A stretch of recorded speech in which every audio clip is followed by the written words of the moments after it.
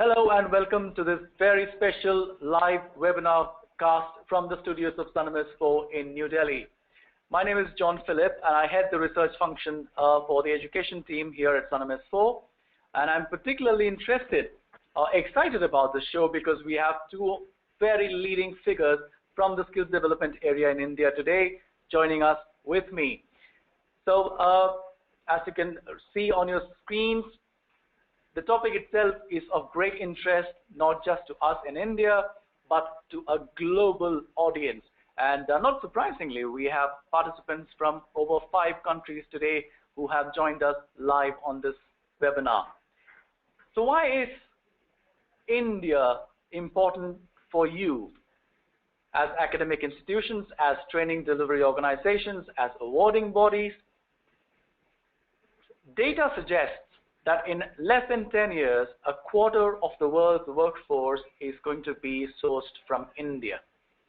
So if you haven't already been exposed to working with an Indian origin individual, you will soon be. But there is also a business interest, a business angle to this. Is there a business model for each one of you to engage with India? At what levels can you engage? Is it only as contributors of intellectual property, as vendors of technology or platforms, or as teacher trainers? These are the questions that we are trying to explore today. And who better than Mr. Jayant Krishna, who's representing the Confederation of Indian Industry, or CII, and Mr. Ranjan Choudhury from the National Skills Development Corporation, NSDC, who are both in attendance here today. A few housekeeping rules before I get into the actual presentation. We are going to follow an open discussion model today. There will be slides which we will use as guidelines to the discussion. You are all, I would rather invite you to post your questions in the chat window as we progress.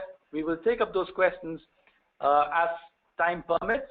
Just in case we are not able to do it, we will of course collate all those questions and post it back on our website for you to download, along with a copy of the presentation and a recording of this session.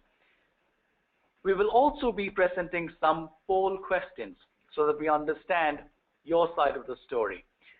Please select the most appropriate answer to those questions as and when they come up on the screen. So now let me just dive into the presentation by introducing the two key panelists on today's webinar. First, I have with me Mr. Ranjan Choudhury, who I'm sure is a very familiar figure and a name, of course, for most of you on this call today. Ranjan, of course, is representing the National Skills Development Corporation, with whom he has been for the last 4 years. Ranjan joined the NSDC as Principal Program Development in 2010, and today he heads the Investing and Incentivizing vertical at NSDC, where he manages the due diligence process of all the proposals that NSDC receives. We will have an opportunity to interact with Ranjan as we proceed today. Our second panelist, who has joined us from Lucknow in Uttar Pradesh, is the Principal Consultant and Regional Head of Tata Consultancy Services, TCS. Again, a very, very familiar name with most of you. Jayant is also the co-chair of CII's Northern Regional Committee on Skills and Education. He works with all the leading names of skills development in India, including Mr. Ramdorai and the Prime Minister's Office. He is also the convener of the Planning Commission's task force on enhancing employability in India. Of course, Jayant has a huge interest in building up a skills task force, not just within his own organization, but for the nation at large. He also has a teaching passion, as you can see. He teaches as an adjunct professor at the IIT Kanpur. So that's the introduction. So if Ranjan, Jayant, if you're ready, so we'll get into the presentation per se by setting the tone. Gentlemen, question that's on everybody's mind. What is the market size itself of the skills development scenario in India? Is it in the millions, or just in a few thousands? I'll let you start, Ranjan. Yeah. Thank you, John. First of all, I'd like to say hello to all of you. Thank you, Sannam S4, for inviting Jayant and me to be here. When it comes to the market size, in fact, that's one of the questions that is often thrown at us, is that it's daunting. I know I'd like to start off with just throwing some numbers at you. For those of you who are aware and familiar with the Indian skills environment, it's known. But for those for whom it's a new area, the government is planning for skills for India till 2022. That's when India turns 75. And the projected population in 2022 is going to be 1.35 billion. The working population out of that is going to be 750 million. If you look at our youth population, similar amount, 750 million, is going to be below the age of 30. So any which way you look at it, the market size is stupendous, but that essentially is a challenge that India has to deal with. Jayant, would you like to add to it? Yeah, Ranjan, I think you very well talked about the overall potential market size. Vis-a-vis that, if somebody asks that, how many people India skills currently, the kind of vocational skills that we are talking about, let's say the financial year 2013-14, the year ending March 2014, how many people were skilled?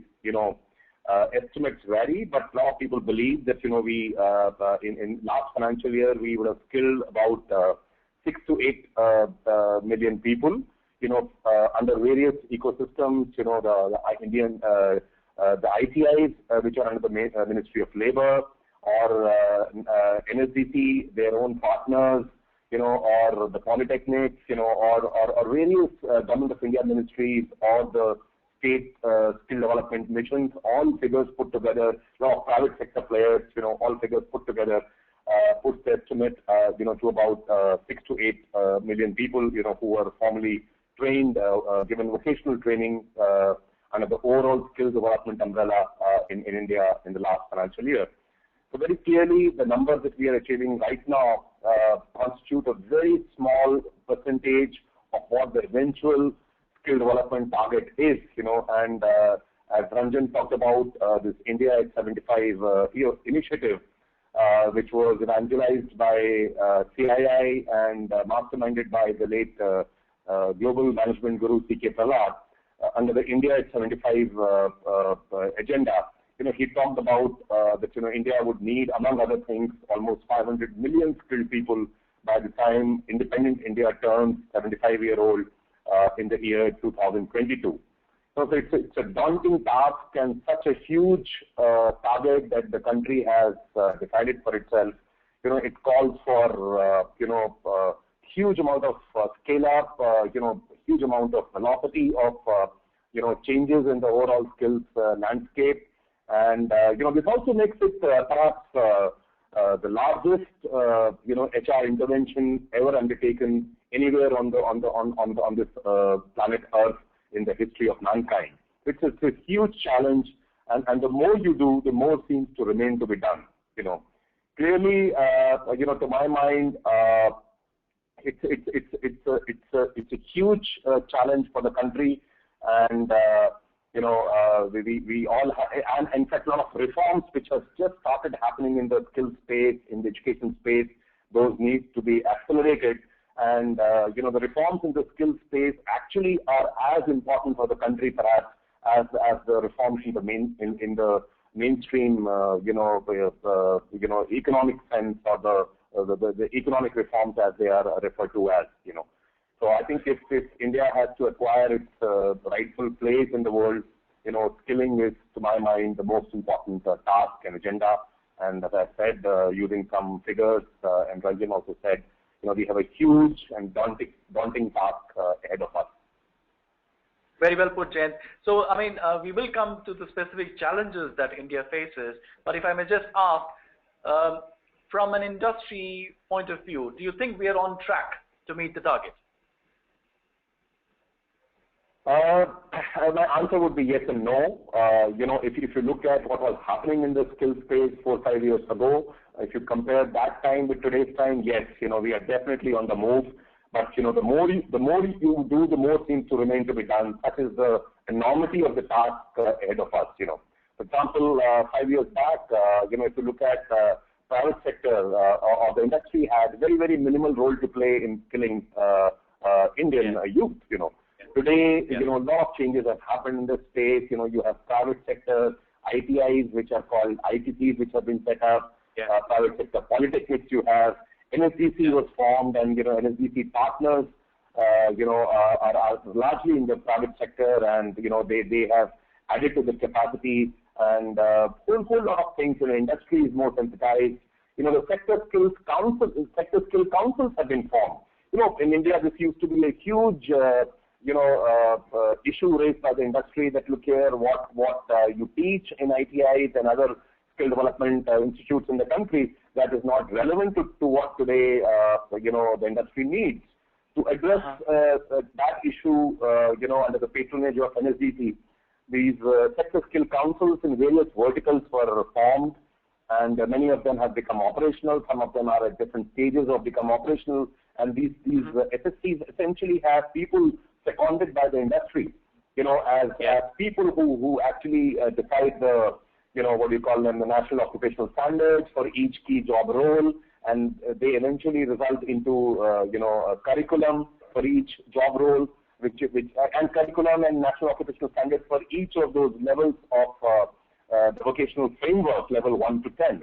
So I think it's, that's the reason I said my answer would be yes and no. Industry is doing far more and is sensitized far more today than what it was 5 years back.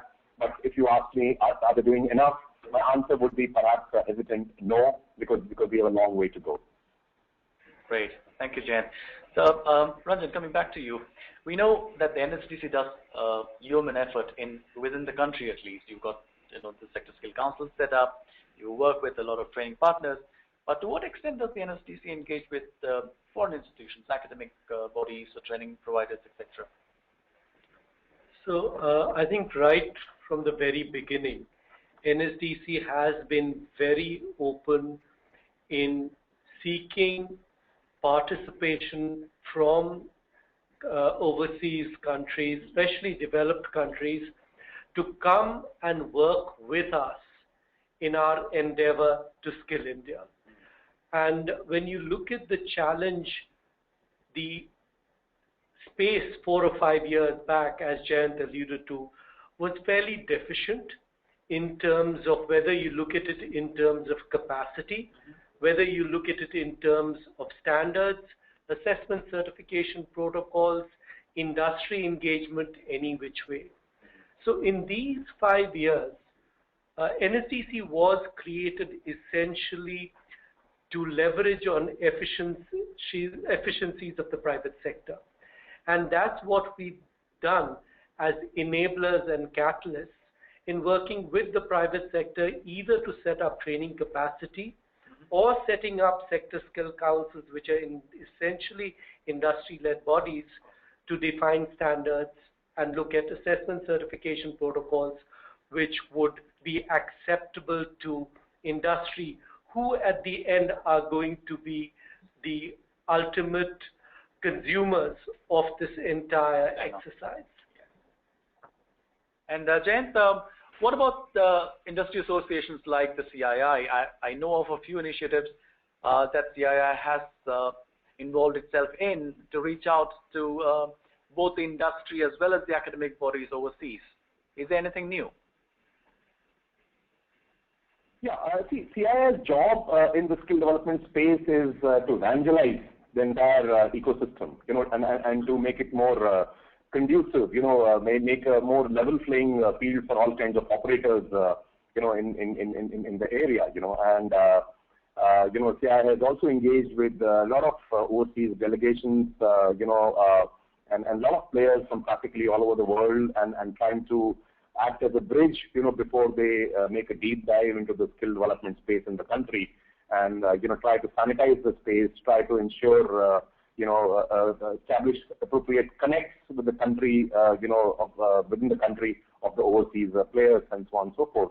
I think CII has been very, very active, and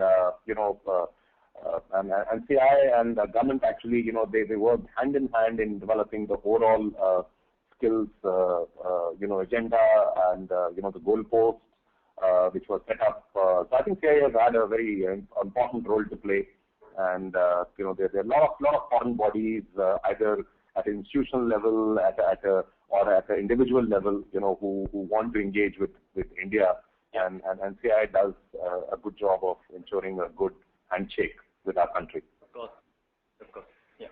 I'd just like to add, if you look at the international engagement, with some countries, it comes under the overall umbrella of what are known as joint working groups.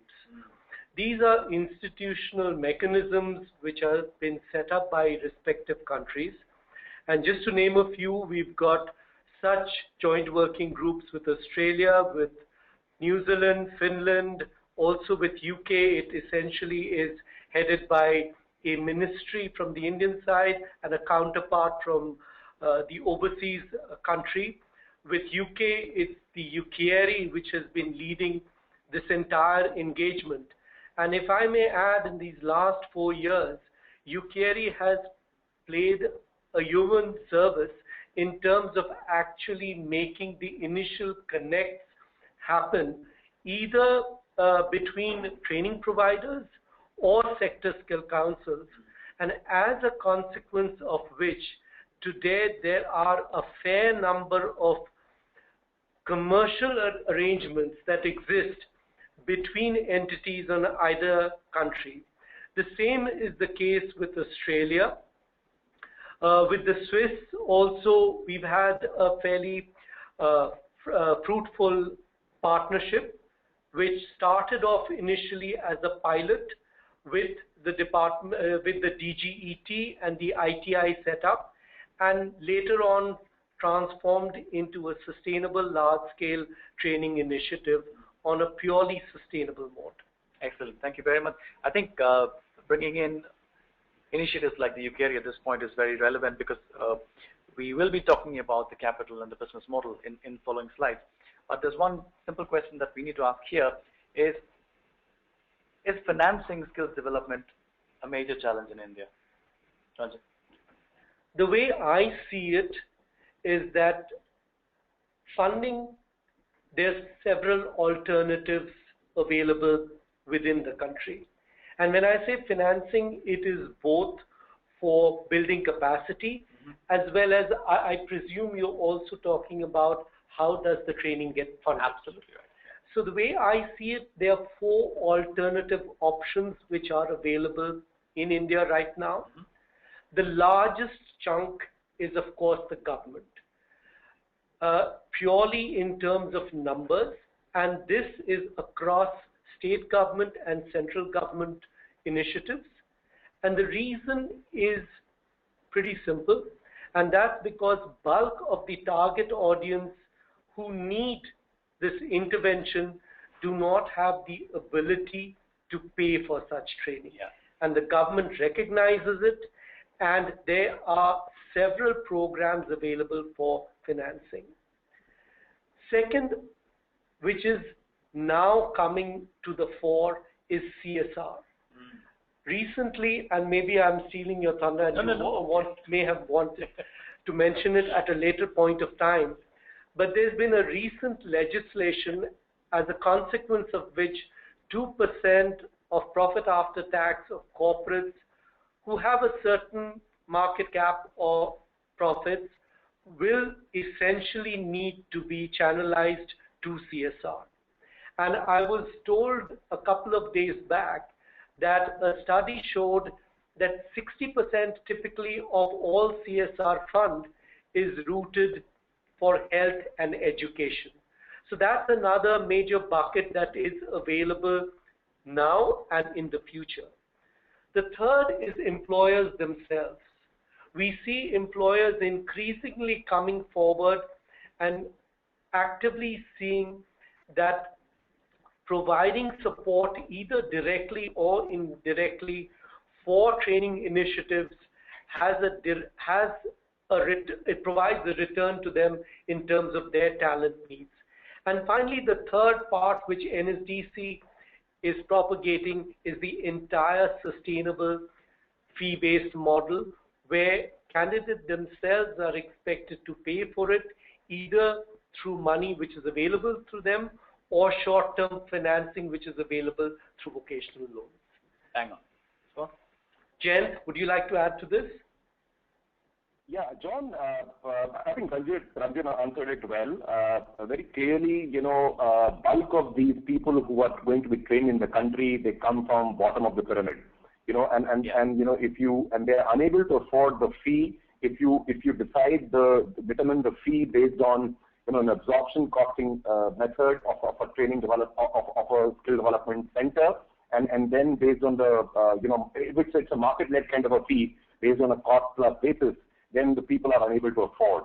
So if you look at the current space, a lot of programs, the government ITIs charge you a very, very minimal sum of money. So actually education in a government ITI today is virtually for free. May not be free technically, but it's a very, very ridiculously low level of fee that the government ITIs charge, And a lot of Government of India schemes of various ministries as well as various state government skilling schemes are actually, the government reimburses a substantial portion of, the fee, which is the expenses which are incurred in skill development. Ministry of Labour has this skill development initiative, under the modular employable skills category. There, every student who passes it, the entire fee is reimbursed by Ministry of Labour through the state government to the training provider, the vocational training provider. So I think, country is sensitized to the fact that, yes, there's a question of affordability. And therefore, one major intervention over and above those Ranjan mentioned, was that typically in India, the banks used to finance and fund and extend loans to students for the mainstream education, not generally for the vocational training and for skill development, So I think that change was made, more than a year ago. And now banks have also started extending loans, and which students can take, people who go for vocational education, as it used to happen for the mainstream education, and they can repay once they start working. yeah. And also today, a lot of corporates are prepared to chip in funds, for skilling, for very, very tailor-made skill development courses. And then the corporates also very often fund the entire, they give the funds to the training provider, and training provider churns out a batch, exclusively for a particular corporate, So I think there's a lot of subsidies, there's a lot of, fee waivers and things like that which happen. But essentially, for a lot of overseas players, I must, emphasize this point that there is a fundamental difference in the skill development space in many of these, developed countries and India. In most of these development countries, the skilling volume, by way of number of people who undergo this kind of a training, is relatively smaller vis-a-vis when you compare that with a country like India. The quality, it's a very, very high quality, and it's a very high cost and therefore high fee model, Whereas India, the volumes are large, fees have to, we also aspire to have, world-class quality, but, because of affordability angle, the fee is lower. Therefore, a lot of these countries who are engaging with India, they need to tweak their business model, for it to be relevant to our country. Because we have volumes, but, the people by and large cannot afford very, very high fees, and therefore there's some amount of tweaking which is required. And, you have to make investment in the country, the payback period could be slightly more, but eventually, you'll have volumes, which no other country in the world can afford to match, Hang on, Jayant. I think we should take, rather put a question to the audience now. The first poll question is now will come onto your screen. This is just that's the poll. We are asking you if your organization has delivered any skills development or training programs in India, and please select as many of the options that apply to you. You may have done so in the past, or you may be currently engaged. You probably are just planning to do one, or you may not have decided yet. Please let us know whatever your options are, and we have now got the responses. So we are closing that poll question, but we will now take a question that has come on from the audience. So Jayant and Ranjan, I'm going to read it out to you, so and I'll let you decide who wants to answer. The question is, how do we ensure we are effectively sharing and learning from the various initiatives underway in the skills arena in India? So it's a question of sharing. I mean, how do we share successes? Jayant, should we start with you? How do we share what? The success stories. Yeah, I think my take on this is yes, we need to share more and more, but right now the struggle is to expand, to scale up and things like that, but very clearly, there are a lot of advocacy campaigns which are being undertaken where a lot of these success stories have just started to be shared within the country. And in many of these joint working groups, between India and respective countries, again, these are platforms where success stories can be shared.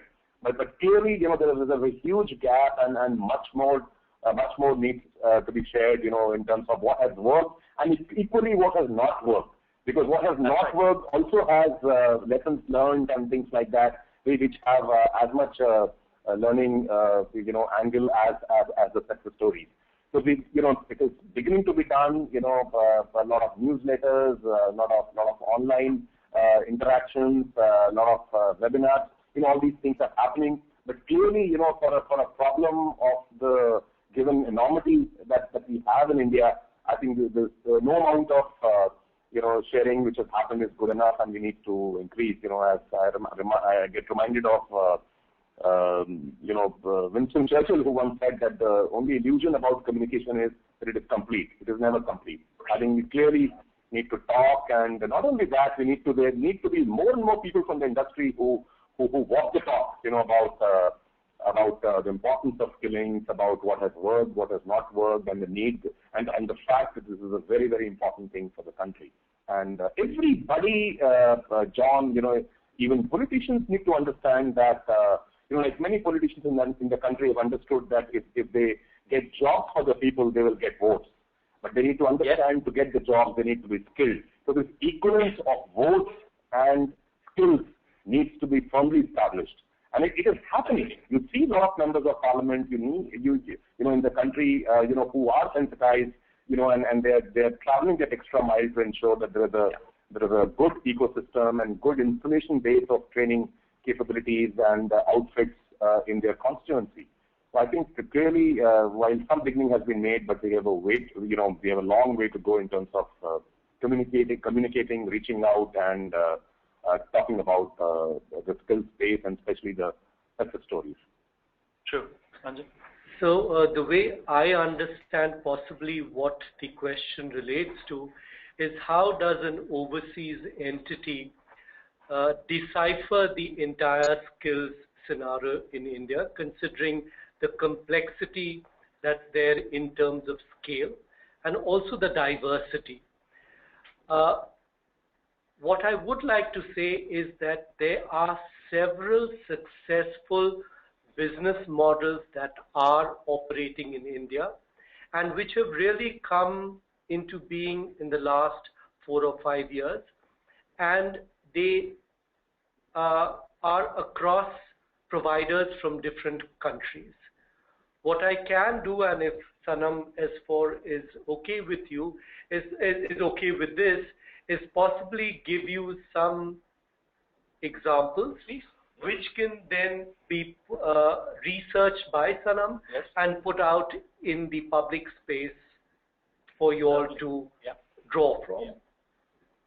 You want to do that now? Later? No, that later, because it will take a little bit of time. I agree. And this collaboration that exists ranges from pure delivery of training in a sustainable mode to support in terms of technology processes or even content curriculum, and in some cases assessment and certification. So to my mind, the collaboration ranges across the value chain, and these examples can be shared with you all to learn from. Thank you very much, Ranjan. I'll come back to you, of course, after the session. We are beginning to get a lot many more questions, but before we go on to that, I think we should get on to the next slide as well. Important to share with our audience what we think are the challenges that we face in the skills arena in India. Let's start with the audience itself. Who are the people in India that are taking up or require at least that training? Are they all at the so-called grassroots level, or is there also an elite class that requires this kind of training intervention? Ranjan? Our understanding at NSDC, and Jayant will possibly agree, is that the need for skill development is across the spectrum, whether it is in terms of levels or in terms of the target audience. So everybody from a school dropout all the way up to someone who's at the graduate level, or even, let's say, someone who's an engineer or a doctor, needs an intervention in the skill space. To elaborate, the question that may come to your mind is why essentially an engineer or a doctor, someone who is qualified, licensed, and certified. With the changing scenario, we see skills not just to be an entry-level requirement or a one-time intervention, but a requirement which is there as part of the continuous learning and development exercise that is required across all industries. So it's essentially across all different touch points. The delivery of training also can equally be institution-based as well as workplace-based. And what we see today is also a focus which is gathering momentum, is the fact that vocational training needs to be provided right at the school level.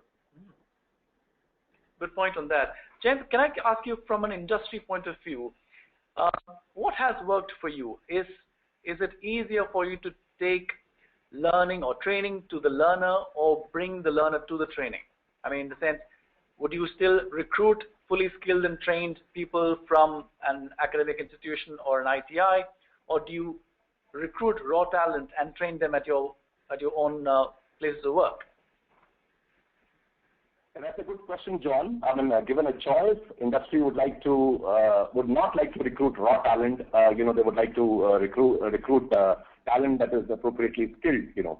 But for example, when you recruit a raw talent, and suppose the training program, a youth who's just entered a company goes till about 6 months. Let's assume. Of course, it varies from company to company, from industry to industry, and the nature of job also based on the nature of job. But suppose it's a 6-month period, So if you get the skilled, labor force, the skilled manpower, then this 6-month period could be curtailed to maybe 1 month. This 1 month would look at company-specific issues which perhaps could not have been trained, where the training could not have happened, at the training partners or the institutions, But very clearly, if we have those kind of people, we would like to cut down the cycle time of the training program very substantially and only focus on issues which are of particular relevance to the company, which are not generic enough kind of thing.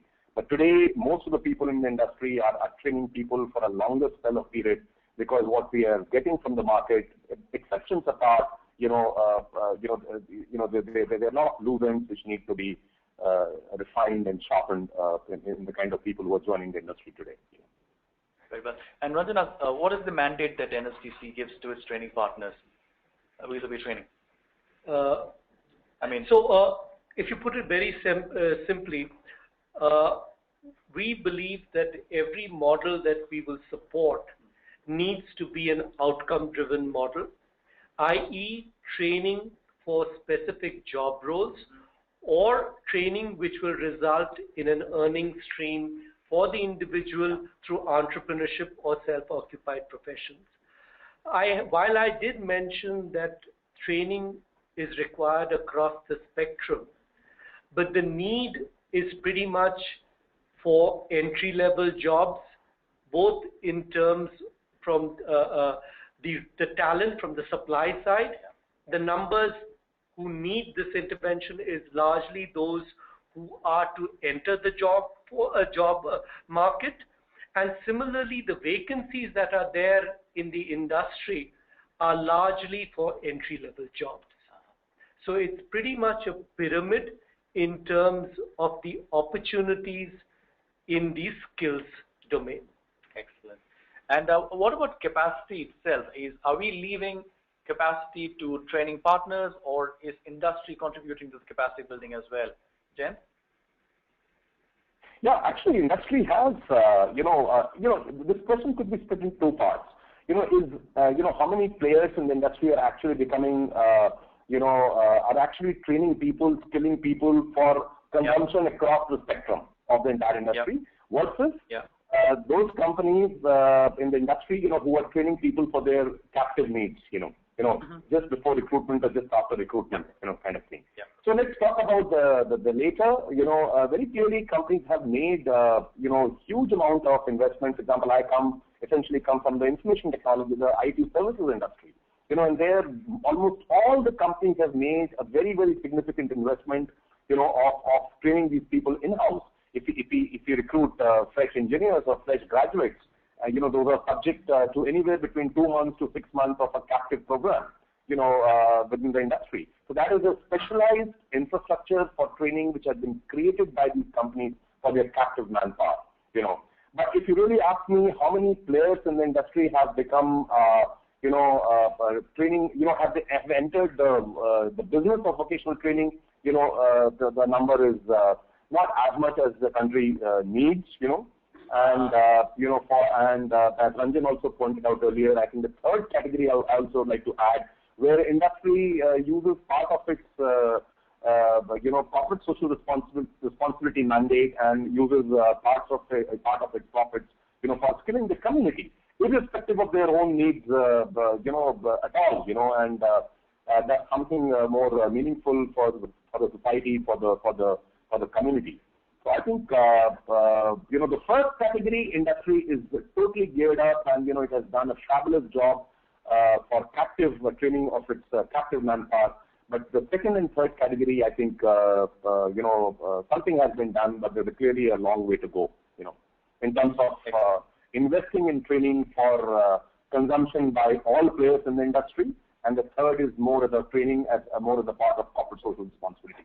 So in these two areas, there are a lot of success stories, but clearly, industry needs to, pitch in at a much larger scale, Excellent.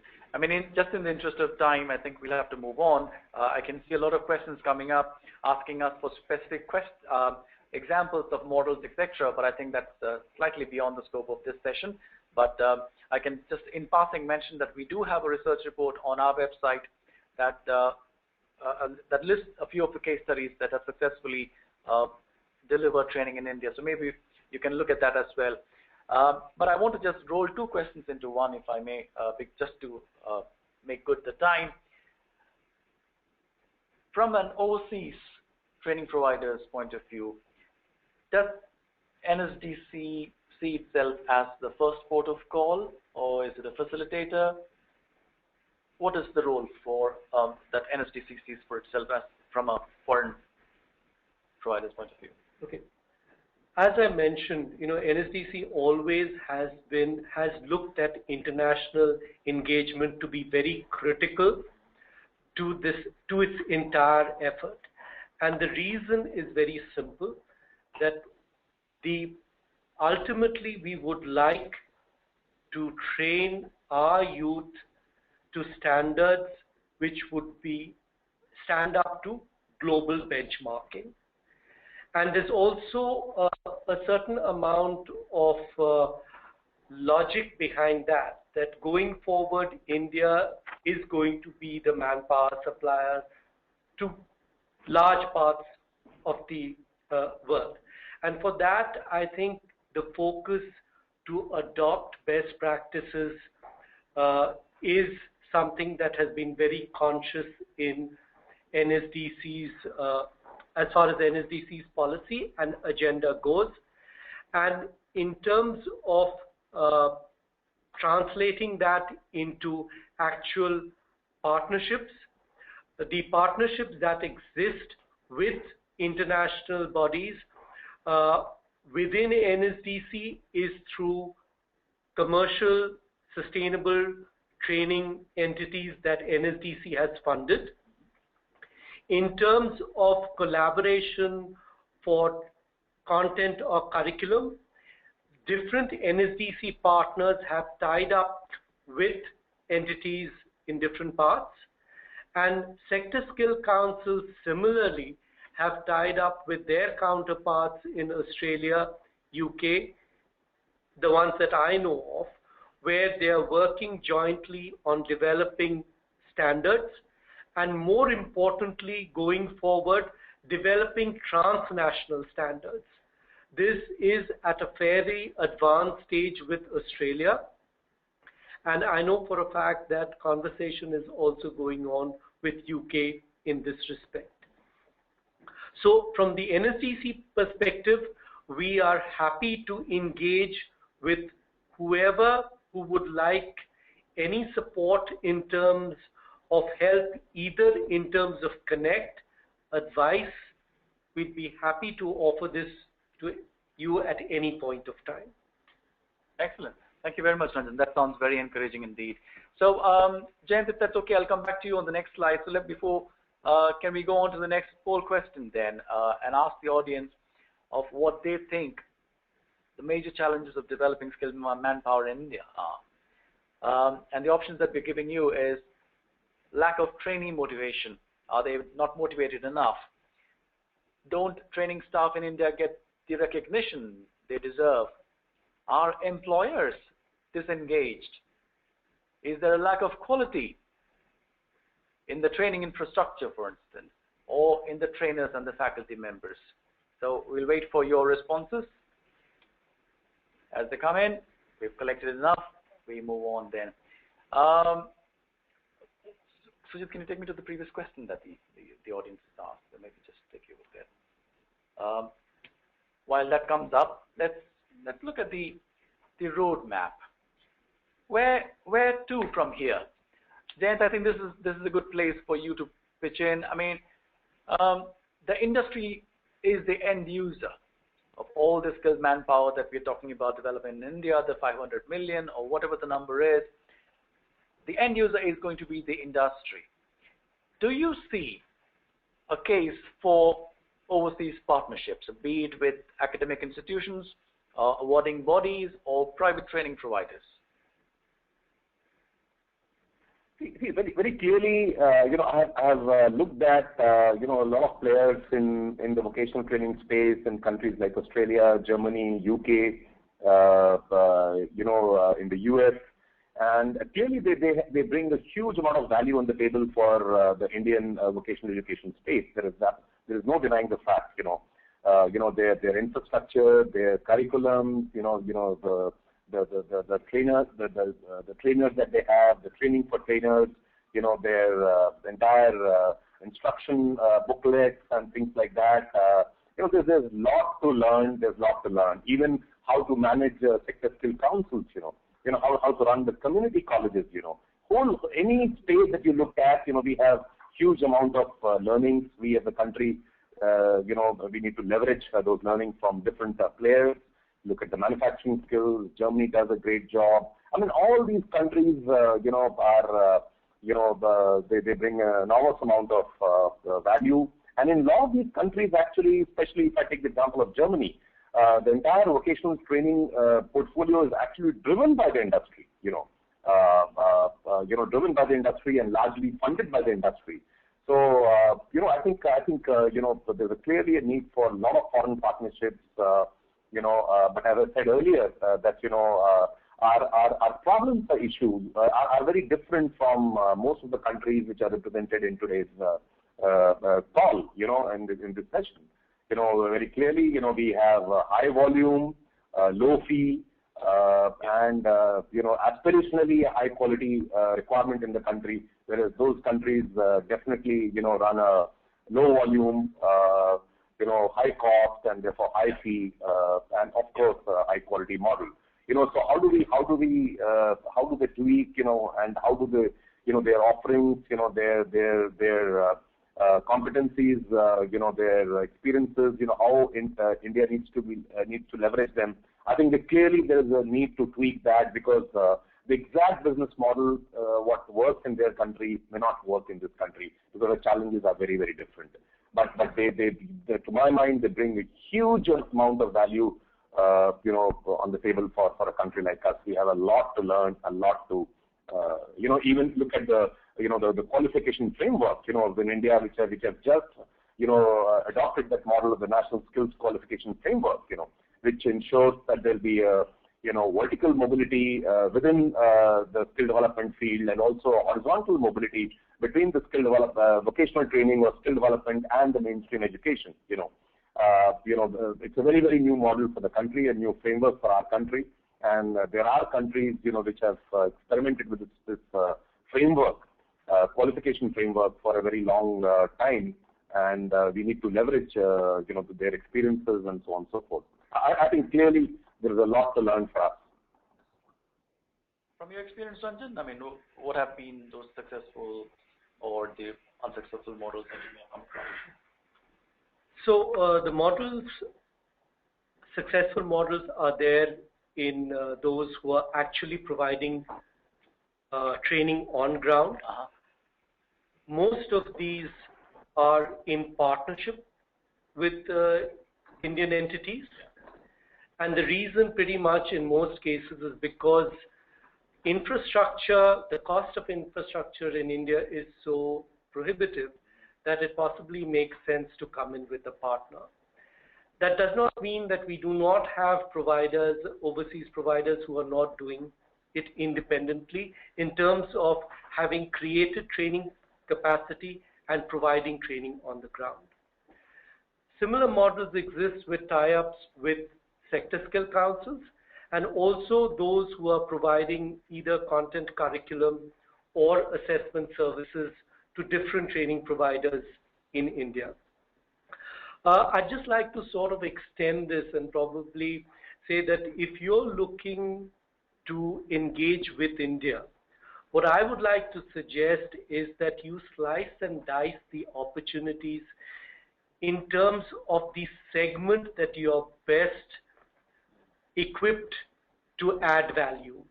To elaborate, are you more amenable to look at these, because the opportunities are available in the school segment, in the so-called white-collar segment, blue-collar segment, for upskilling, for in-company training. I think there is opportunity everywhere, so please look at the segment which you are looking at, and subsequently look at sectors, because the sectors are also pretty diverse. The needs are as much there in manufacturing as it is for services. I'd just like to add here that the aspirational quotient in this is much higher for the services sector vis-a-vis the manufacturing, and of course white collar when opposed to blue collar, but the opportunities are more, unfortunately, are there in the manufacturing and the tradesman category. And also, would you like to engage in delivery, or would you like to provide value in terms of building capability of existing or those entities which are intent to scale up? Great point. Let me just take you back to a point that Jayant raised in his last point, and which is $1 million question, really. First, is there a business model in the whole thing? And if there is, what does it look like? Ranjan? So, short answer, yes. Okay. However, it's a qualified yes. Because the biggest challenge, which Jayant also said, is going to be the price point. And that is something that will need to be worked out, keeping a long-term time horizon in perspective. A short turnaround, to my mind, if that is something which would be very difficult in most circumstances. So what I'm driving at, long-term perspective, partnership rather than pure delivery, service delivery, is what will work in India. Jayant, would you like to add something, anything to that?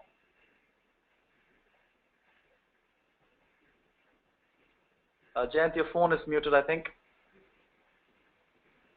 Oh, sorry, I tend to agree with what Ranjan said. I would agree to what Ranjan said. Am I audible? Yes, you are, definitely. Yeah. Sure. So, as I said, for those of you who are interested, we at NSDC and CII, because we work very closely with CII, would be more than happy to provide whatever assistance that you need in terms of connect, in terms of advice, and in more concrete terms, NSDC has a window which is for funding. The funding that we provide is in terms of returnable capital at concessional rates by Indian standards. I qualify it, and that is always available for any venture that you look at, which is on a sustainable outcome-driven mode. We would be happy to support you in that. Excellent. Thank you both. Let's quickly jump on to the next audience poll. Quick question. You heard both the experts talking about what the business model may look like in India. I just wanted to ask you if you agree with the statement. Please let us know if you agree, disagree, or slightly doubtful about it. We'd like to hear from you. We are good. We're still collecting the answers, and we're closing now. Okay, let's quickly take, we're running short of time, I'm aware of that, but we'll have to take a quick question from the audience. The question is as follows. Are we giving enough attention to the demand side of the equation in the skills system? How do we ensure that employers give due recognition to trained and qualified employees? Jayant, maybe that's more relevant for you right now. Sorry, John, could you repeat it? Yeah, sure. Are we giving enough attention to the demand side of the equation? How do we ensure that employers give due recognition to the trained or qualified employees? Yeah, see, this is a very interesting question again, John. When it comes to the employers in the industry, many of them give, they prefer, vocationally trained people than untrained people, very clearly. They would love to. But it brings us to a related question. Do they give enough premium in compensation to the people who have a formal qualification in vocational education, vocational training, or not? Perhaps, again, the answer would be yes and no. So industry needs to be sensitized all across that, wherever there are options available, they have to go for vocationally trained people rather than raw, manpower, and also give an adequate, premium in terms of compensation, in terms of salary structure, and so on and so forth to vocationally trained people. I think clearly, part of the industry is sensitized and they're doing it. But if you ask me, if the entire industry sensitized towards doing it, may not be adequately, because, historically, let's understand how skill development landscape has been in the country, except what has happened in the last couple of years. Typically it was a government-driven system, the government deciding, what needs to be taught, what trades need to be taught, what kind of curriculum needs to be there, with minimal industry participation. So as that landscape is changing, as industry-led FSCs are deciding, sector skill councils are deciding, and mentor councils are deciding, and so on and so forth, I'm sure that there'll be the day is not far where industry would understand the relevance of the kind of people they are getting, the vocationally trained people, and not only more and more people in the industry will start employing those people, but also pay them a differential compensation. Excellent. Ranjan, in under a minute, please. I mean, what are the SSCs, for example, doing in this? So the sector skill councils are essentially addressing that very basic problem in terms of, does training provide a value proposition for the employers? The standards, once standards-driven training is provided, and there is an assessment and certification protocol which has a certain amount of rigor to it, then we will automatically see that acceptability for training in industry and employers being more prevalent. Hang on. Thank you very much. Now, we've talked about the roadmap. Now, looking forward, the change in India is talking points now. After a long time, after many years actually, we have a stable government. We have a brand new minister and a ministry for skills development this time. And we've just heard the finance minister present his budget for 2014. And the bottom line is that evidently there are achhe din aane wale hain, means good days in store. Do you both agree from a regulatory point of view and from an industry point of view? What are your comments? Is there hope at the end of this? I'd like to respond to that by saying that skills has been in focus in the past, and with the new government, I think it's just taken on more impetus, and become more center stage. And the Prime Minister and the government right from the beginning have reiterated their focus in skills and empowerment to people through entrepreneurship. So the way we see it is that it is just going to have more focus, and in some terms, there's a certain amount of clarity which is still to evolve with the new ministry, but the presumption is that this will allow for a certain amount of convergence and a more focused approach to the various initiatives that are there under the government umbrella. Excellent. Jayant, from an industry point of view? Yeah, I certainly feel, the new government in Delhi, with them being around, there's a renewed focus on skill development. The Prime Minister has spoken about it in practically each and every speech that he has delivered since he assumed power. He has talked about the importance of skilling, and so I fundamentally think skilling is one fine idea whose time has come, and this is unstoppable. And the only, there's a lot of reforms which are required, as I said earlier. Those are also happening with this government now. For example, the changes in the Apprenticeship Act, they are around the corner. One also keeps hearing, about some changes in the labor laws, which industry has been asking for, both domestic industry as well as the foreign investors have been asking for. Those are also under the, under discussion in the government. So I think a lot of changes which are required, which need to happen. And I said earlier, a lot of reforms in the skills and education space that need to happen. I see them, happening in, starting now. And I definitely feel that the overall skill development landscape of the country is in for good times. Just to add to that, at times we tend to focus on the central government, but India is a federal structure. And the state governments also have a lot of focus on skills and education per se. And some of them are even reaching out for multilateral funding to totally revamp or support their skills and education initiatives. So the focus is not just central, but also at the state government level. And we see this happening on almost a daily basis, where the government per se or the different state departments or state universities are signing up memorandums of understanding with NSDC and sector skill councils for more effective delivery of skills on ground in schools, universities. I completely agree. For example, states in India, they have most of the bigger states, they have already made the skills. They have formulated, this skill development mission at the state level, which serves as some kind of a aligner and aggregator of various skilling efforts in the state.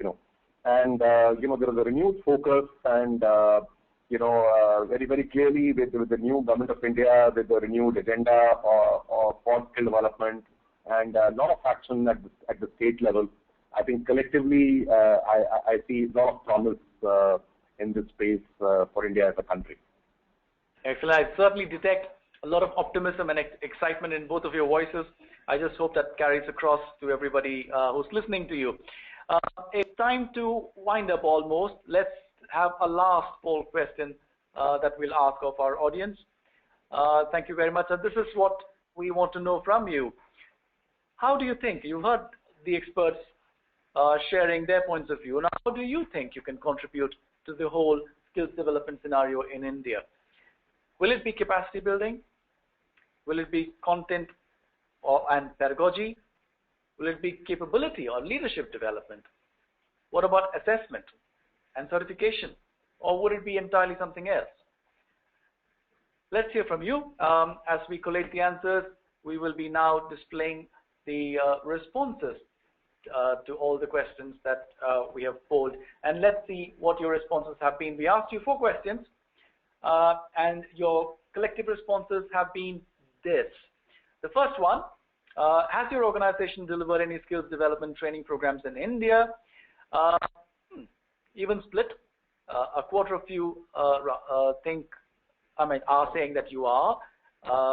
Another 33% not yet, but maybe soon. And a further 33% saying they haven't decided yet. That's fair enough. I hope you can make up your mind after you've heard this. Let's try the second one. And the second question was, what do you think are your major challenges in skills development in India? And the majority of you are saying it's the quality of trainers and faculty in India, followed by quality of training infrastructure, and then a fairly equal spread between employer engagement and the recognition of trained staff. And surprisingly, for me at least, the trainee motivation is only 22%, which is not bad. Thank you. And the next question,